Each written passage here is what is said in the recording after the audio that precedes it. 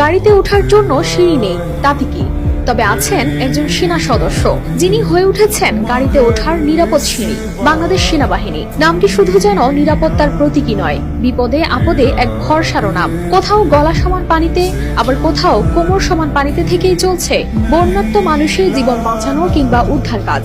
কখনো কাঁধে তুলে নিচ্ছেন ত্রাণের বস্তা, কখনো কোলে তুলে নিচ্ছেন মানুষ, কোথাও আবার উদ্ধার করেছেন মুমূর্ষ অন্তঃসত্ত্বা নারী। পরবর্তীতে তিনি জন্ম দেন ফুটফুটে পুত্র সন্তান। এভাবেই রাত দিন এক করে বাংলাদেশ সেনাবাহিনী পানিবন্দী মানুষদের নিয়ে যাচ্ছেন নিরাপদ আশ্রয়ে, বিতরণ করছেন রান্না করা খাবার ও শুকনো খাবার।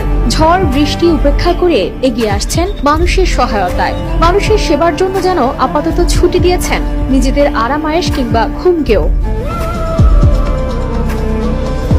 বর্তমানে দেশের ফেনী, কুমিল্লা, ব্রাহ্মণবাড়িয়া, চট্টগ্রাম, হবিগঞ্জ ও মৌলভীবাজার সহ বিভিন্ন জেলায় চলমান বন্যা